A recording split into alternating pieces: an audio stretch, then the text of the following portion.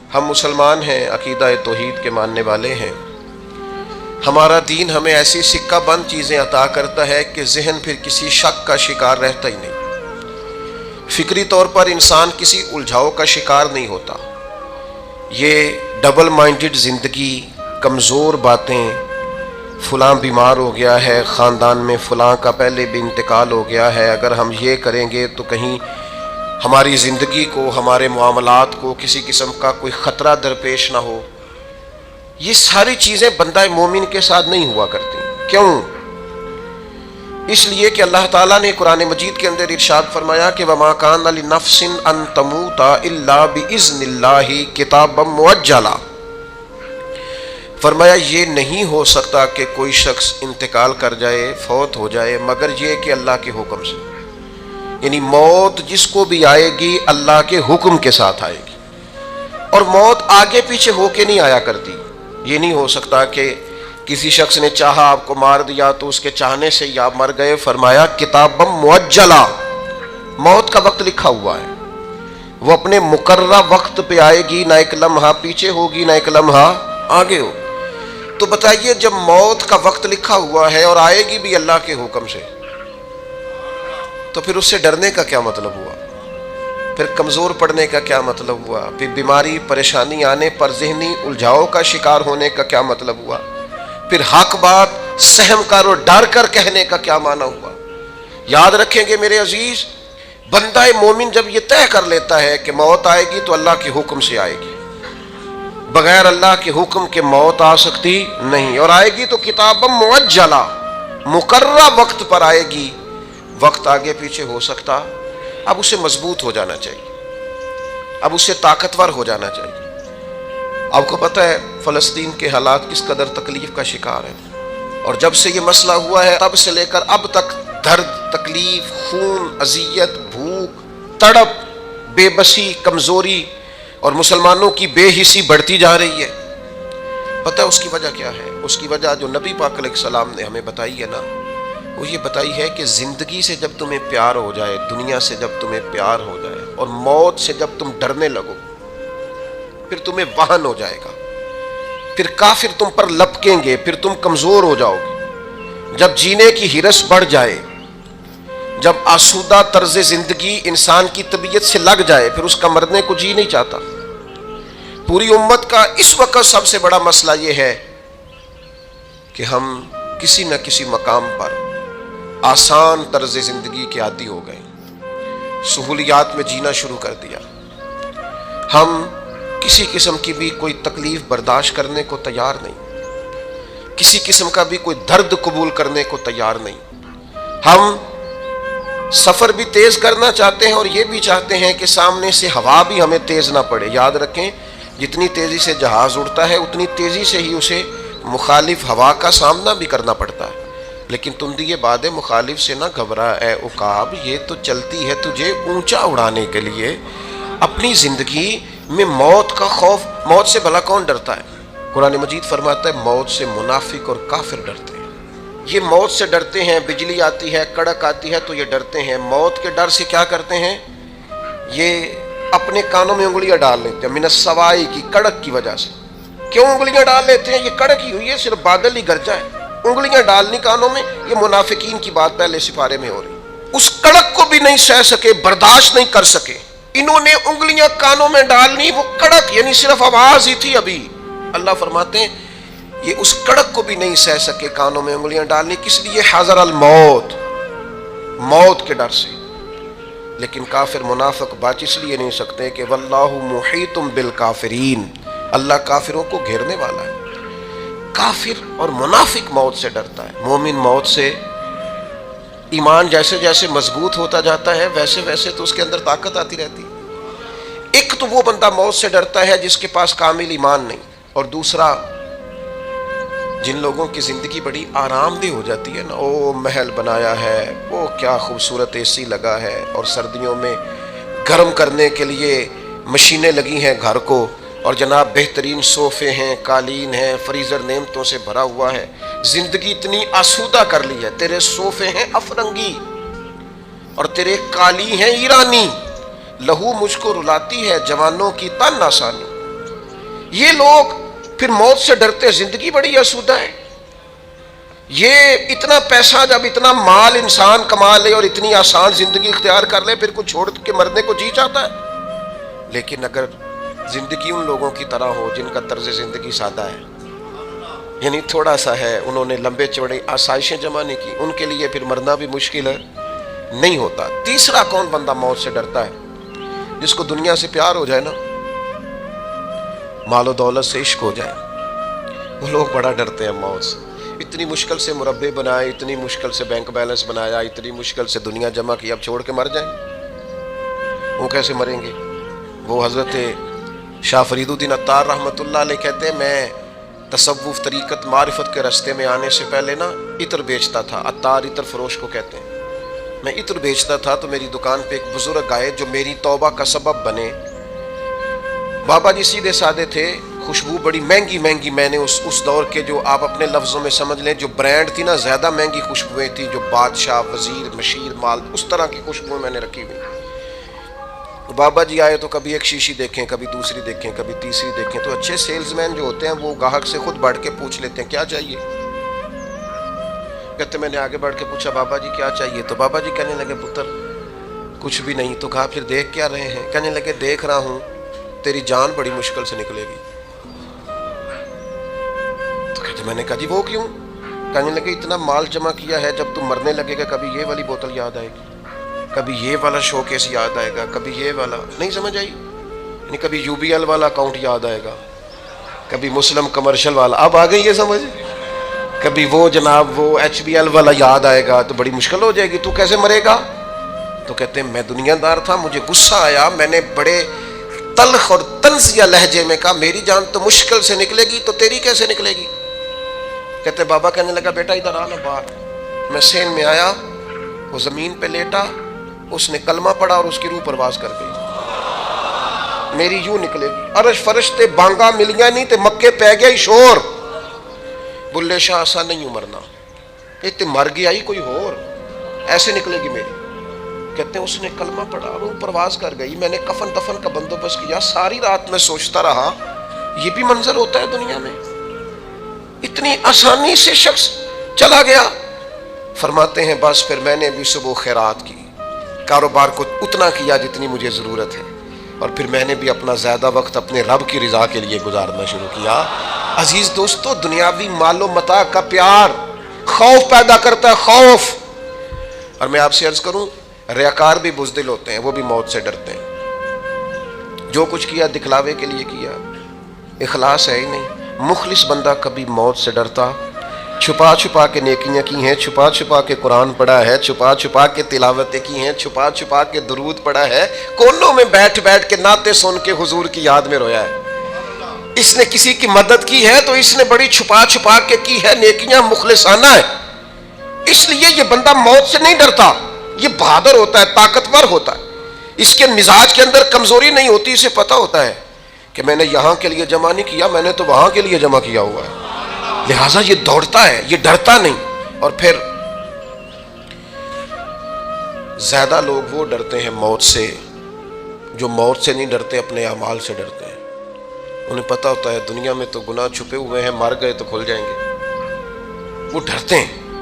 جن لوگوں نے اپنے کردار کو بعظمت نہیں کیا ہوتا، باوقار نہیں کیا ہوتا، کردار میں خوبصورتی اور حسن نہیں پیدا کیا ہوتا، وہ لوگ ڈرتے ہیں موت سے. اور جنہوں نے کردار پر توجہ دی ہوتی ہے، عمل میں خوبصورتی ہوتی ہے، ان کو تو پتہ ہوتا ہے کہ ہم نے اپنی زندگی یہاں کے لیے گزاری نہیں، گزاری وہاں کے لیے، اس دیس کے ہمراہ ہی ہے. تو یہ لوگ موت سے ڈرتے. اب میں آپ سے عرض کروں موت سے پیار بھلا کون کرتا ہے؟ کچھ لوگوں کو موت سے محبت بھی ہو جاتی ہے. ایک تو وہ شخص موت سے پیار کرتا ہے جس کا آخرت پر کامل یقین ہو، جسے یقین ہونا مرنے کے بعد نعمتیں ملیں گی، کرم ملے گا. نبی پاک صلی اللہ تعالیٰ علیہ وسلم نے بدر کے دن فرمایا دوڑو بھائی اس جنت کی طرف جس کی چوڑائی زمین آسمان کے برابر ہے. تو حضرت عمیر رضی اللہ تعالیٰ عنہ انصاری صحابی تھے، فرمانے لگے حضور جنت زمین آسمان کے برابر چوڑی ہے. قرآن مجید نے کہا نا اللہ کی بخشش اور جنت کی طرف دوڑو، جنت زمین آسمان جتنی چوڑی ہے، اور صرف چوڑائی بتائی ہے، لمبائی نہیں بتائی. فرمایا تم نے جو چیز سب سے زیادہ دیکھی ہے وہ زمین آسمان ہے، اتنی جنت صرف چوڑی ہے، اور کسی بھی چیز کی چوڑائی زیادہ نہیں ہوتی، لمبائی زیادہ ہوتی ہے۔ حضور فرمانے لگے اس جنت کی طرف دوڑو، تو حضرت عمیر انصاری رضی اللہ تعالیٰ عنہ عرض کرنے لگے حضور جنت زمین آسمان کے برابر چوڑی ہے؟ حضور نے فرمایا ہاں۔ تو حضرت عمیر کہنے لگے واہ واہ واہ واہ واہ، یقین کامل تھا نا کہ جنت ملے گی، آخرت کی نعمتوں پر واہ واہ اتنی چوڑی۔ تو حضور فرمانے لگے واہ واہ کیوں کر رہے ہو؟ عرض کرنے لگے حضور اللہ کی رحمت دیکھ کے واہ واہ کر رہا ہوں۔ پھر وہ کھجوریں کھا رہے تھے، جھولی میں کھجوریں تھی، پھر 2 منٹ لگے کھجوریں چھوڑ دیں، کہنے لگے یار دیر کیوں کرنی ہے، یہاں بیٹھ کے کیوں کھائیں، جنت میں جا کے کھائیں گے۔ فوراً میدان کارزار میں اترے، تھوڑی دیر جنگ ہوئی، اللہ تعالیٰ نے شہادت عطا فرما دی۔ آخرت پر یقین ہو تو پھر بندے کو نا پیار ہو جاتا ہے، اور حضور نے فرمایا موت تو مومن کے لیے تحفہ ہے، پھر تو یہ تحفہ اسے نصیب ہو جاتا ہے۔ اور پھر جن لوگوں کی اللہ کی رحمت پر امید ہوتی ہے نا کہ اللہ مہربان زیادہ ہے، حضور علیہ الصلوۃ والسلام نے فرمایا رب کے ساتھ تم جس طرح کا گمان کرتے ہو اللہ بھی تمہارے ساتھ اسی طرح کا معاملہ فرماتا ہے۔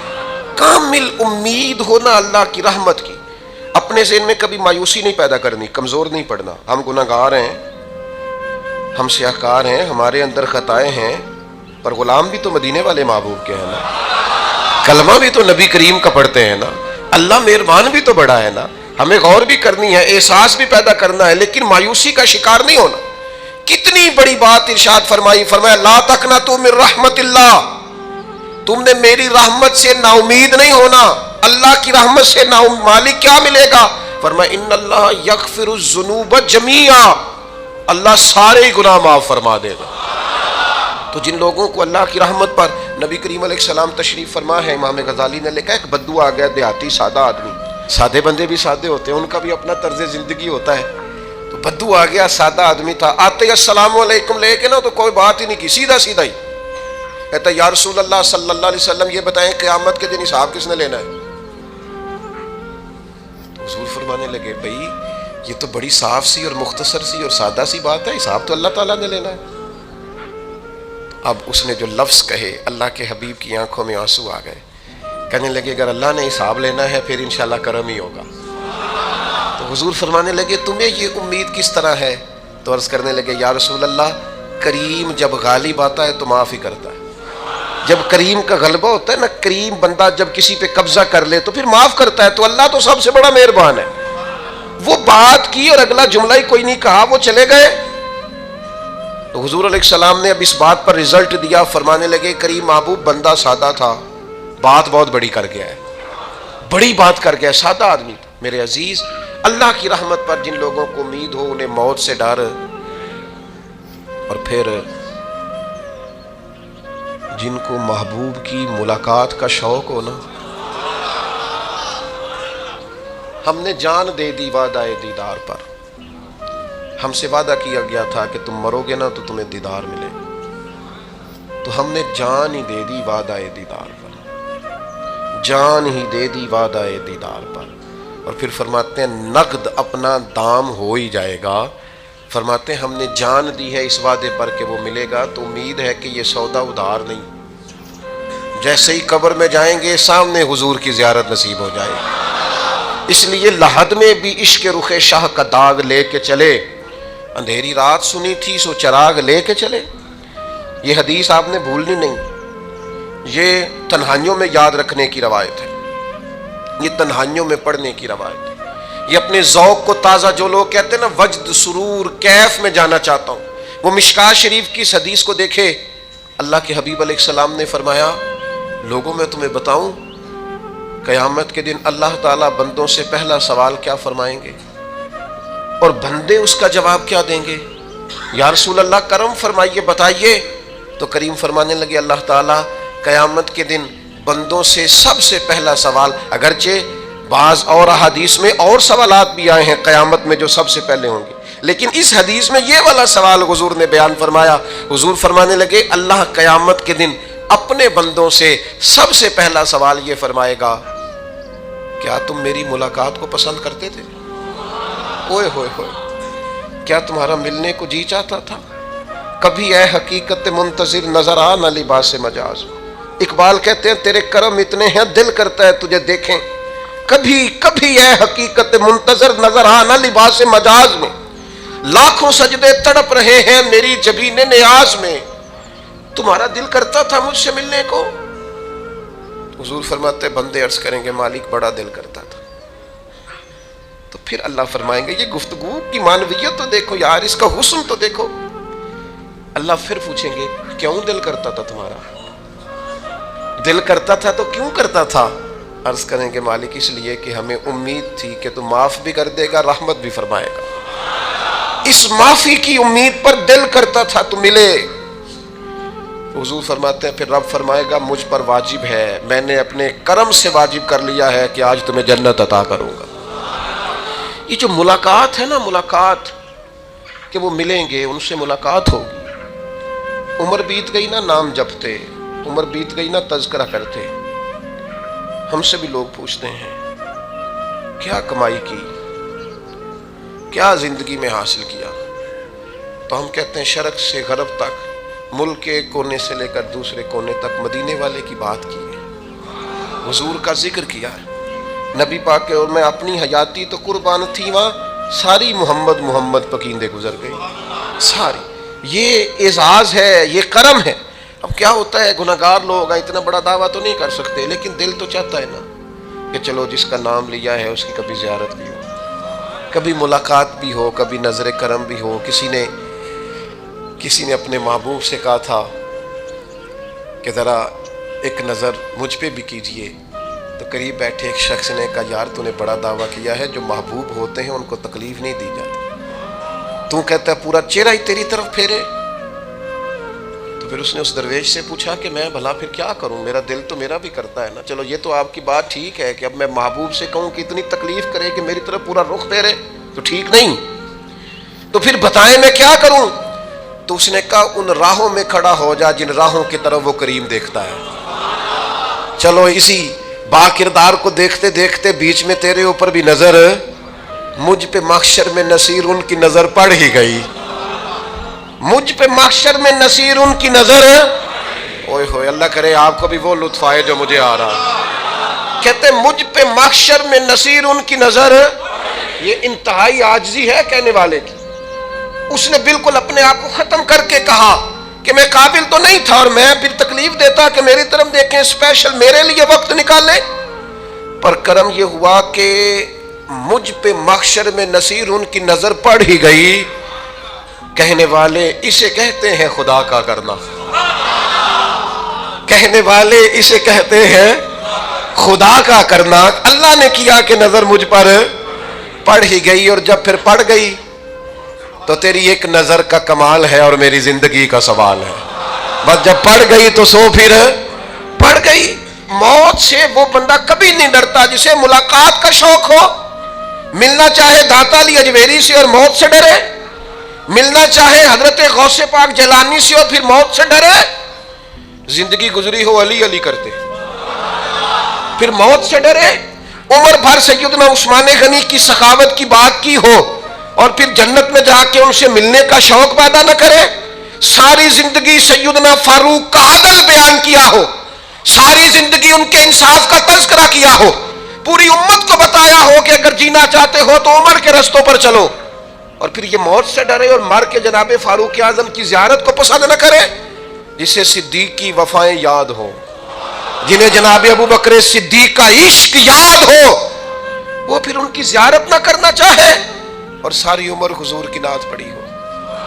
مانا نہیں آتا تھا پھر بھی کہا بلغ العلا بکمالہ کشف الدجا بجمالہ حسنت جمیع خصالہ صلو علیہ وآلہ. سے نہیں ترجمہ آتا تھا، پر جب بھی کو پڑھتا تھا یہ بھی جھومتا تھا مولا یا صلی وسلم دائما. میں آپ کو بتاتا ہوں توتلا آدمی، توتلا اور دیوانہ مجذوب بیچارہ، سمجھ نہیں، توتلا بولنا بھی ٹھیک نہیں آتا. مجھے نماز کا سلام پھرا تو وہ جلدی آ گئے، اور ایک مجذوب آدمی تھے، سادے تھے، تو سلام لی تو کہنے لگے میں گل کرنی سی.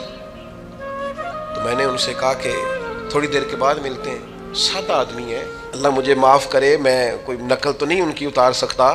اس زبان کو ہم توتلی نہیں کہتے، ہم اس زبان کو بلالی زبان کہتے ہیں. یہ بڑی خوبصورت زبان ہوتی ہے. یہ جو توتلے لب و لہجے ہوتے ہیں نا, وہ جب بچہ پوری طور پہ اماں نہیں کہہ سکتا, توتلا ہوتا ہے, تو کوئی مزہ آتا ہے اماں کو اماں کہلوانے میں. جب وہ پوری طور پر باپ کو بابا نہیں کہہ سکتا اور توتلا ہوتا ہے تو کوئی مزہ آتا ہے کہنے میں. وہ جب دادی نانی دادا کہتا ہے تو دادے کا دل کرتا ہے یہ 100 بار کہے, کیونکہ اسے کہنا نہیں نہ آتا. لیکن اس توتلاہٹ میں جو اس کو لطف آتا ہے. مجھے بڑے لوگ آ کے شعر سناتے ہیں, میں نے بڑے خوشگلو نعت خانوں سے زندگی میں سنا ہے. وہ صاحب میرے پاس آئے اور میں نے کہا بعد میں ملیں گے. تو سادہ آدمی ہے, مجذوب ہے, پورا شعور نہیں رکھتا. مجھے کہنے لگا مصطفیٰ جان رحمت کے بعد, مصطفیٰ جان رحمت پہ لاکھوں سلام کے بعد, یعنی معنی یہ تھا کہ سلام کے بعد. اب بڑے بڑے سریلے بندوں سے بھی بندہ سنتا ہے, میرا دل کرے. اور میں نے جان بوجھ کے ان سے کہا دوبارہ کیا جائے ذرا, کیونکہ توتلے تھے نا. میں نے کہا تو کہنے لگے مصطفیٰ جان رحمت پہ لاکھوں سلام کے بعد. اور میرے عزیز یاد رکھو, ساری زندگی حضور کی نعتیں پڑھی, نبی پاک کے تذکرے سنے, اب موت سے ڈر جائیں. حالانکہ موت تو ایک پل ہے, پل سے گزریں گے تو سامنے اللہ کا دیدار بھی ہوگا, مدینے والے کی زیارت بھی نصیب ہو. تو زیارت ہوگی اور ہر نظر کانپ اٹھے گی. محشر کے دن خوف سے ہر کلیجہ دہل جائے گا, اوڑھ کر کالا جبہ وہ آ جائیں گے اور سارے محشر کا نقشہ بدل جائے گا. یہ موت کا خوف نکالنے والی چیزیں ہیں, ڈر. اچھا مجھے ایک بات بتائیں, یہ میں امید کی بات کرنے لگا ہوں. چلیں اب یہ بات تو مشکل ہے پر کرنی پڑے گی, مجبوری ہے. کبھی کبھی ابا جی سے مار بھی پڑ جاتی ہے بندے کو, گھر میں کو 2-4 لگ بھی جاتی ہیں. تو اس وقت نا جو سب سے بڑا سہارا کسی کو نصیب ہوتا ہے وہ یہ ہوتا ہے کہ اللہ کرے اماں گھر میں موجود ہو. اور میں نے دیہاتوں میں کئی مائیں ایسی دیکھی ہیں جو بیٹے کے حصوں کی مار کھاتی ہیں. ابا نے ڈنڈا لے لیا ہے بیٹے کی غلطی پہ, اب اماں بیچاری سامنے ہو گئی ہے, 2-4 اس نے بھی کھا لی. یہ بات آپ سمجھیں, موت کا خوف نکالنے کے مفہوم میں بات عرض کر رہا ہوں. اماں موجود ہونا گھر میں تو ابا سختی بھی کرنے لگے تو کسی وقت احساس ہوتا ہے کہ جناب یہ سختی نہیں ہوگی کیونکہ میری اماں, اور اماں پوری وکیل بن جاتی ہے, کہنی تو نہیں پتا وہ ہو گئی غلطی, وہ فلانے دے منڈے نے خراب کیتا ہے, حالانکہ ہو سکتا ہے اس نے اس کو بھی خراب کیا ہو, لیکن وہ اماں وکیل ہے, وہ وکالت کر رہی ہے اور وہ بے لوث کر رہی ہے. ہوتا ہے ایسے. اس بات کو سمجھ لے اچھے طور پر, موت کا خوف نہیں, ڈر نہیں. اس لیے کہ گھر میں ماں موجود ہو تو باپ کا ڈر نہیں ہوتا. تو قبر حشر میں تو رسول کریم موجود ہے, وہاں تو نبی کریم موجود ہے, وہاں تو اللہ کریم اپنی رحمت فرمائے گا بندوں پر. اس لیے خوف نہیں, پینک نہیں. اپنی غلطیوں کا احساس ضرور کریں, اپنے اعمال پر توجہ ضرور دیں, لیکن موت کے خوف تلے دبتے نہ جائیں. انشاءاللہ صبح قیامت کرم ہوگا. میرے نبی پاک علیہ الصلوۃ والسلام نے تو فرمایا ہے بس ہم نے ایمان کامل لے کے جانا ہے دنیا میں. حضور نے فرمایا ہے جس طرح 14ویں رات کا چاند چمکتا ہے اس طرح میرے غلاموں کے چہرے چمکیں گے قیامت کو. اللہ کے رسول صلی اللہ علیہ وسلم فرماتے ہیں جسم کے جن جن حصوں پر وضو کا پانی لگتا رہا وہ قیامت میں چمکیں گے. دور سے لوگ ان کا نور دیکھیں گے, پتہ چلے گا وہ محمد عربی کے غلام آ رہے ہیں. یہ کرم ہوگا صبح قیامت, یہ عطائیں ہوں گی. اس لیے مومن موت سے ڈرتا. سیدنا بلال حبشی رضی اللہ تعالیٰ عنہ, آخری وقت ہے, نزع کا عالم طاری ہے. اور یہ گفتگو دیکھیں غلاموں کی, آپ کی اہلیہ رو پڑی, کہنے لگی ہائے ہائے افسوس. حضرت بلال فرمانے لگے کیا ہوا؟ کہنے لگی افسوس ہے کہ آپ دنیا سے جا رہے ہیں. تو حضرت بلال نے مضمون ہی بدل دیا, سوچ کا زاویہ ہی بدل دیا. فرمانے لگے یہ افسوس کا مقام نہیں, یہ تو خوشی کا مقام ہے. اس لیے کہ میری آج آنکھیں بند ہوں گی, قبر میں کھلیں گی, مدینے والے محبوب سے بھی ملوں گا, حضور کے غلاموں سے بھی ملوں گا صلی اللہ تعالی علیہ وسلم. تو موت تو مقام مسرت ہے, اور اگر یہ مل جائے زندگی میں. ایک بدو ایمان لے آئے, ابن ماجہ میں موجود ہے. حضرت ابو ہریرہ رضی اللہ تعالیٰ عنہ حدیث کے راوی ہیں, فرماتے ہیں ایک بدو ایمان لائے اور انہوں نے حضور علیہ السلام کے ساتھ ہجرت بھی کی. ابن ماجہ میں موجود ہے. تو نبی پاک علیہ السلام نے نا انہیں ایک صحابی کے ساتھ کر دیا, وہ ان کے کام کاج میں مصروف ہو گئے ان کے ساتھ. تو حضور علیہ السلام نے نا ایک جگہ سے مال غنیمت آیا, تو طریقہ مبارکہ یہ تھا کہ مال غنیمت میں سب کو حصہ دیا جاتا تھا. اگرچہ وہ جہاد پہ نہیں گئے لیکن حضور نے انہیں بھی حصہ دیا. تو وہ صحابی تو رو پڑے, عرض کرنے لگے حضور میں اس کے لیے تو ایمان نہیں لایا تھا. حضور نے فرمایا پھر بتائیے, گرچہ حضور جانتے ہیں کس لیے لائے تھے, عرض کی حضور میں تو اس لیے ایمان لایا تھا کہ میں رب کی راہ میں لڑوں گا اور میں اپنی جان پیش کروں گا، میں شہادت کے لیے ایمان لایا تھا، مجھے یہ مال دولت نہیں چاہیے۔ تھوڑی ہی دیر گزری کہ ایک اور مارکے کا اعلان ہو گیا، جنگ کا اعلان ہو گیا۔ حضور نے فرمایا چلو، وہ گئے اور چند ہی لمحے گزرے کہ وہ میدان میں اترے اور پھر شہید ہو گئے۔ صحابہ کرام ان کی مقدس لاش مبارک کو اٹھا کے محبوب کے قدموں میں لائے تو نبی کریم نے کیا خوبصورت بات ارشاد فرمائی۔ حضور فرمانے لگے دیکھو اس نے اللہ کی تصدیق کی ہے تو رب نے بھی اس کی تصدیق فرما دی۔ اور پھر یہ دو جملے محبوب کہتے کہتے اٹھے اور پھر حضور نے اپنا جبہ مبارک اتارا اور اتار کے فرمایا اس بندے کو نا اس جبے میں کفن دے دو، اس میں اسے کفن دو، اس لیے کہ تو شہادت کے لیے ایمان لایا، موت کی آنکھوں میں آنکھیں ڈال کے جیا، اپنی زندگی کمزور نہ گزارے۔ مسلمانوں پہ کافر کا روب طاری ہو گیا ہے۔ ایک تو ہوتا ہے نا کہ کوئی مدد کرنا، کوئی آگے بڑھنا، فلسطین کا نام تک نہیں لے رہے حکمران زبان سے، ذکر تک نہیں کر رہے، چینل ذکر نہیں کر رہے، اتنا روب، اتنا کفر کا خوف، صرف اس لیے کہ ہمیں موت کا ڈر ہے، مر جائیں گے تو بستر پہ نہیں مریں گے، بیماریوں سے نہیں مر جاتے لوگ۔ خدا کے بندو اپنی زندگی میں اتنا خوف اگر موت کا پیدا کر لو گے۔ حضرت سعید ابن جبیر رضی اللہ تعالیٰ عنہ بہت بڑے فقیہ تھے، حجاج بن یوسف نے بلایا اور کہنے لگا میں تمہیں موت دینے لگا ہوں، مار دوں گا تمہیں۔ بڑا ظالم آدمی تھا، بڑے لوگ اس نے قتل کیے تھے۔ حضرت سعید رضی اللہ تعالیٰ عنہ مسکرا پڑے اور غصے میں آیا، کہنے لگا کیوں ہنستے ہو؟ فرمانے لگے تو بڑا بیوقوف ہے، تجھے کس نے کہا زندگی اور موت تیرے ہاتھ میں، یہ تو تب آئے گی جب میرا رب چاہے گا۔ کہنے لگا لے جاؤ ان کو اور جا کے قتل کر دو۔ تو وہ جب جلاد لے جا رہے تھے تو آپ اور کھل کے مسکرائے، ہنسے۔ یہ آپ کی طاقت ہے کہ موت کو دیکھ کے مسکراہٹ ہو، لبوں پہ تبسم، رقصہ ہو، مسکرائے۔ جب آپ مسکرا رہے تھے تو اس کو اور غصہ آیا، واپس بلایا، کہنے لگا مسکراتے کیوں ہو؟ فرمانے لگے تیری جرت پہ مسکرا رہا ہوں اور اس بات پہ مسکرا رہا ہوں کہ رب کتنا بے نیاز ہے، تیرے جیسے لوگوں کو بھی مہلت دے رکھی ہے، کتنا بے نیاز ہے، تیرے جیسے لوگوں کو مہلت۔ اور غصے، کہنے لگا میرے سامنے قتل کرو۔ حضرت سعید ابن جبیر رضی اللہ تعالیٰ عنہ نے منہ کعبے کی طرف کر کے پڑھنا شروع کیا، انی وجہت وجہی للذی فطر السماوات والارض حنیفا وما انا من المشرکین۔ آپ یہ پڑھ رہے تھے تو کہنے لگا اس کا منہ کعبے سے پھیر دو۔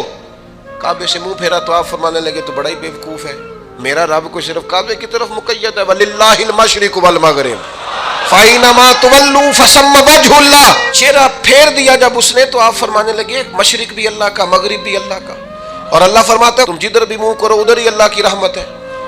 یہ پڑھا تو اب اس نے لٹایا، اور جب وہ آپ کو قتل کر رہا تھا تو حضرت سعید ابن جبیر کی ایک زوردار آواز گونجی، فرمایا یاد رکھنا مجھے اسی طرح قتل کرنا جس طرح تم خود قیامت میں قتل ہونا پسند کرتے ہو۔ میرا آخرت پر یقین کامل ہے، محشر میں عدالت لگے گی، میں تمہیں قتل کروں گا میں۔ حضرت سعید ابن جبیر کی وہ جرت تھی کہ دربار سارا لرز گیا حجاج کا۔ حضرت سعید ابن جبیر رضی اللہ تعالیٰ عنہ کہنے لگے اللہ اسے میرے بعد کسی پر مسلط نہ کرنا، میرا قتل آخری ہو، میرے بعد نہ ہو۔ ڈر گئے لوگ، سہم گئے، اور وہ جو جلاد آپ کو قتل کر رہا تھا اس کے بھی ہاتھ کانپ رہے تھے۔ اتنی جرت، موت کا ایک منٹ کے لیے خوف نہیں۔ حضرت سعید ابن جبیر رضی اللہ تعالیٰ عنہ شہید ہو گئے تو اتنا خون نکلا، اتنا خون نکلا، اتنا خون نکلا، خون بند ہی نہیں ہو رہا۔ ایک طبیب بیٹھا تھا، ہانپتے کانپتے ڈرے ہوئے، سہمے ہوئے۔ حجاج کہنے لگا اس سے اتنا خون؟ تو کہنے لگا بادشاہ میں نے سالوں مریض دیکھے ہیں، اس کو پتہ چل جائے نا مرنے والا ہوں وہ تو اتنا خوف میں آتا ہے، پہلے ہی اس کا سارا خون جم جاتا ہے اور سکڑ جاتا ہے اور اس کا خون جل جاتا ہے۔ یہ جو بندہ تم نے شہید کیا ہے نا اس میں ایک رتی برابر بھی موت کا خوف نہیں تھا، موت کے خوف سے بے نیاز تھا، اتنا خون نکلا۔ حضرت سعید ابن جبیر شہید ہوئے، اسی دن حجاج کے پیٹ میں درد شروع ہوا، صرف 15 دن حجاج بعد میں زندہ رہا ہے، 15 دن، اور ساری رات تڑپتا تھا، کہتا تھا مجھے خواب میں آ کے پیروں سے گھسیٹتے ہیں۔ حضرت سعید ابن جبیر چلاتا تڑپتا 15 دنوں کے اندر۔ طبیبوں نے کہا تیرا جو مرض ہے یہ کوئی آسمانی عذاب ہے۔ میرے عزیز موت سے ڈرے نہیں، بلکہ جو ظالم ہو ان کو ڈرا دیں، یہ مومن کی شان ہے۔ اپنی زندگی کے اندر سے موت کا خوف نکال دیں۔ تاکہ زندگی کے جو دن ہیں وہ جیے تو جا سکیں، وہ انسان مضبوطی سے وقت سے گزار سکے۔ حضرت علی شیر خدا رضی اللہ تعالیٰ عنہ نا وہ جیکٹ نہیں پہنتے تھے جنگی، جو کمر پہ پیچھے لوگ پہنتے تھے نا، تلوار کوئی مارے تو زخم نہ ہو۔ تو کسی نے مولا علی شیر خدا رضی اللہ تعالیٰ عنہ سے فرمایا پشت پر آپ وہ جیکٹ نہیں پہنتے لوہے کی؟ آپ فرمانے لگے پشت تو دکھانی نہیں تو کہنے لگے موت سے ڈر نہیں آتا؟ فرمایا بالکل بھی نہیں، اور فرمایا مجھے بالکل ڈر نہیں آتا کہ میں موت پر آ گروں یا موت میرے اوپر جا گرے۔ ہم تو شہادت حضرت خالد بن ولید رضی اللہ تعالیٰ عنہ ایک دن نوجوانوں کو خطاب کرتے کرتے کہنے لگے موت سے کبھی نہ ڈرنا، میں نے ساری زندگی جنگوں میں گزاری ہے، میرے وجود پر ایک ذرہ بھی جسم کا حصہ ایسا نہیں جس پر زخم نہ ہو۔ اور جو کہتے کہتے رو پڑے، فرمانے لگے یہ بات کرتے کرتے رو پڑے، فرمانے لگے دیکھ لو زندگی ساری میدانوں میں گزاری ہے، لیکن شہادت اللہ تعالیٰ نے میرے لیے وہاں نہیں لکھی تھی، یہاں اللہ تعالیٰ نے اپنی رحمت کے لیے موت میرے لیے لکھی تھی، تو یہ تو اللہ کا کرم ہے۔ قریب ایک بزرگ صحابی اور بیٹھے تھے، فرمانے لگے آپ کی نیت شہادت کی تھی، انشاءاللہ آپ قیامت میں شہیدوں میں ہی کھڑے کیے جائیں گے۔ تو میرے عزیز خوف نہیں موت کا۔ آخر میں 2-3 گزارشات عرض کرنی ہے۔ ایک تو میری آپ سے گزارش ہے، جنہوں نے ابھی تک قرآن مجید کی تلاوت شروع نہیں کی، وہ ابھی سے آج سے 10 منٹ ٹائم ہو تو مسجد میں بیٹھ کے ایک رکوع پڑھ کے جائیں، قرآن مجید نہیں چھوڑنا۔ رمضان کا تعارف یہ ہے کہ شہر رمضان الذی انزل فیہ القرآن، تو قرآن مجید سے دلچسپی۔ دوسری میری گزارش ہے راشن بانٹنے والوں سے بھی کہ مہربانی کریں لائنوں میں لگانا چھوڑ دیں، اور لینے والوں سے بھی میری عرض ہے کہ اللہ تعالیٰ سارا سال عطا کرتا ہے، 3-4 ہزار کے لیے کیوں اپنے آپ کو آپ تکلیف میں ڈالتے ہیں، سارا سال اللہ دیتا ہے۔ اور پھر میری آپ سے یہ بھی اپیل ہوگی کہ طبیعتوں میں حلم پیدا کریں، بردباری پیدا کریں، یہ بڑی ضروری چیز ہے۔ مثبت سوچیں لائیں، روزہ ہماری تربیت کرتا ہے۔ اور پھر آپ سے یہ بھی اپیل کروں گا رمضان شریف کی مقدس گھڑیوں میں صرف اپنے لیے نہیں سوچیں، امت کے لیے سوچیں، بالخصوص فلسطین کے مسلمانوں کے لیے کم از کم دعا مومن کا ہتھیار ہے، وہ تو جم کے کریں اللہ کے حضور۔